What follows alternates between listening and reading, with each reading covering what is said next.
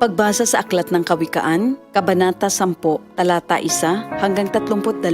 Ang mga kawikaan ni Solomon. Ang matalinong anak ay ligaya ng magulang, ngunit tinik sa dibdib ang anak na mangmang. Ang yamang buhat sa masama ay di papakinabangan, ngunit ang katuwiran ay maglalayo sa kamatayan. Ang matuwid ay binibigyan ni Yahweh ng kasiyahan, ngunit ang masamay kanyang ginugutom naman. Ang kamay na tamad ay tiyak na magdarahop, ngunit magbubunto ng yaman ang kamay na masinop. Ang nag-iimbak kong tag-araw ay nagpapakilala ng katalinuhan, ngunit ang natutulog kong anihan ay nag-iipon ng kahihiyan. Ang matuwid ay mag-aani ng pagpapalat kabutihan, ngunit ang bibig ng masama ay nagtatakip ng karahasan. Ang alaala ng matuwid mananatili kailanman, ngunit pangalan ng masamay tiyak na mapaparam. Magandang payo ay tinatanggap ng pusong may pangunawa, ngunit kapahamakan ang wakas ng mangmang na masalita. Ang namumuhay ng tapat ay pinaghaharian ng kapayapaan, ngunit ang may likong landas ay malalantad balang araw. Ang malilikot na mata ay lagi sa kaguluhan, at ang bibig na maluwang hahantong sa kapahamakan. Ang bibig ng matuwid ay bukal ng buhay, ngunit labi ng masama ay nagtatakip ng karahasan. Sa hari-saring kaguluhan ang bunga ng kapuotan, ngunit ang pag-ibig ay pumapawi sa lahat ng kasalanan. Sa labi ng may unawa matatagpuan ang karunungan, ngunit sa likod ng isang mangmang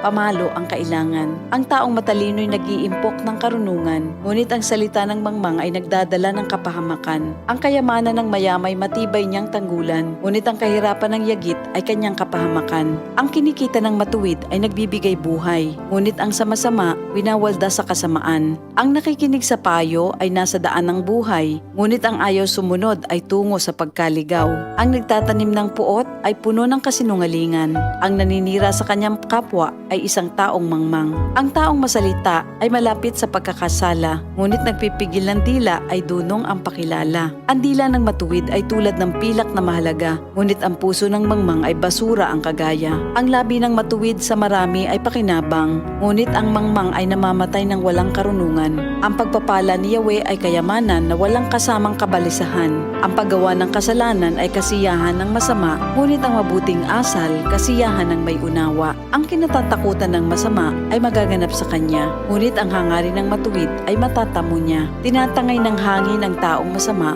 ngunit ang matuwid ay gusaling di magiba. Kung paanong ang usok ay nakakaluha, ang suka ay nakakangilo, gayon ang tamad na alipin sa kanilang mga amo. Ang paggalang at pagsunod kay Yahweh ay nagpapahaba ng buhay, ngunit ang mga araw ng masama ay hindi magtatagal.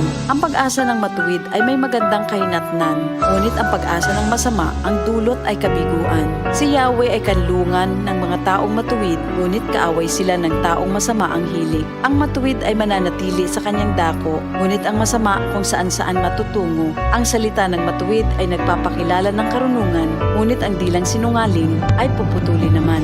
Ang salita ng matuwid ay palaging angkop, ngunit ang salita ng masama ay puro paninira. Ito ang salita ng Diyos.